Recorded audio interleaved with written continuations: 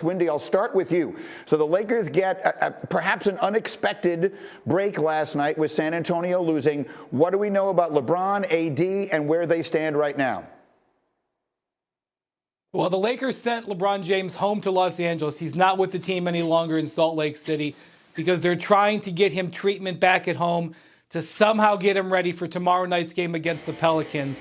So Anthony Davis is doubtful for tonight. I don't expect him to play. So they're looking at another game without AD and LeBron. Greeny, I don't know how they win this game tonight. Utah is in a desperate situation. They are down to 6th in the West. They're trying to stay out of the play-in tournament. But if they can somehow scramble and go 1-1 over these next 2 games, maybe they can get through the weekend and have an opportunity to still be in this. But if they don't get something in this over this weekend, when San Antonio gets 2 games against the tanking Blazers, come Monday, they could be out of this. But that blown layup last night gave them a little bit new life and bought them some time to get LeBron and AD back.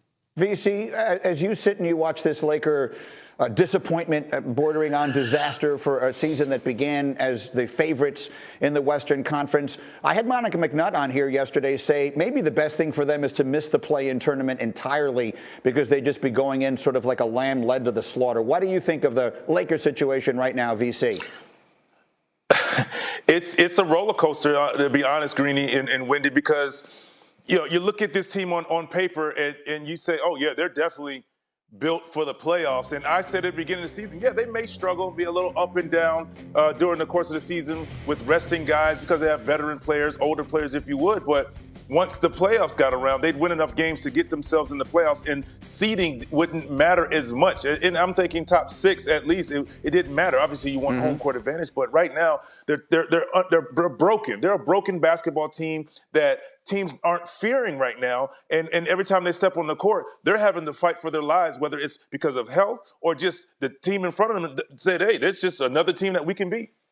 In the unlikely event that they get Anthony Davis back and they do get into the play-in, could you see this team shocking the world? You said you think they'd be built for the playoffs. Could you, Vince Carter, see them accomplishing anything in the postseason? Because anything at this point would be a surprise.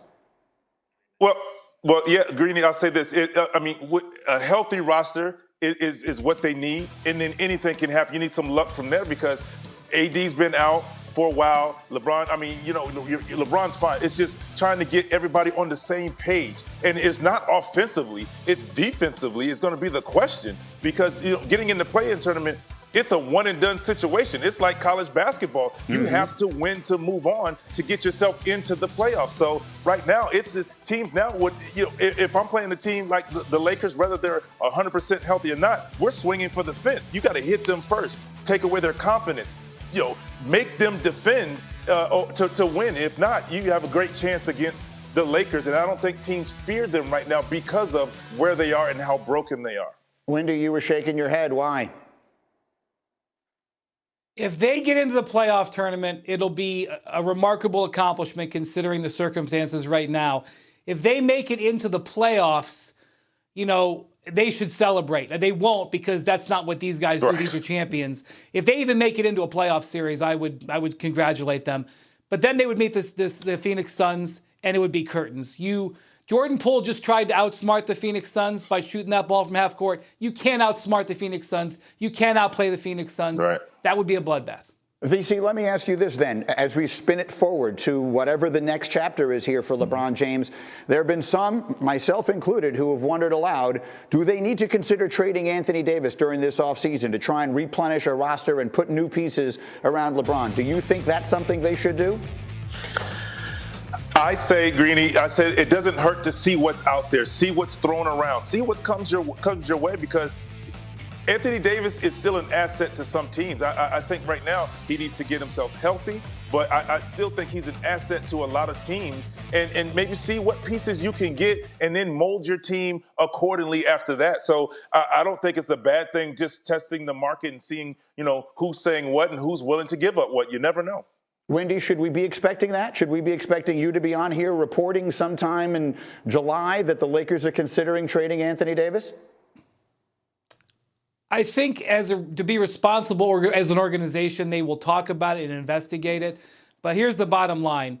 If you trade Anthony Davis, you probably take yourself out of the chance to be a championship team. You may make it more likely that you get the 4 or 5 seed compared to what you have now, but you lower your ceiling dramatically because you're not going to get a star back like him. I would not, with LeBron James, lower my ceiling. Oh, fascinating. We will see what they wind up doing. About a week and change left in the season. Guys, thank you both so much. Again, VC, good luck Saturday night. I know how fired up you are for that. Speaking of fired up, coming up next on this program, he's a media mogul. He's a football pundit. He is the Aaron Rodgers whisperer, and now he's a WWE superstar. Is there anything Pat McAfee cannot do?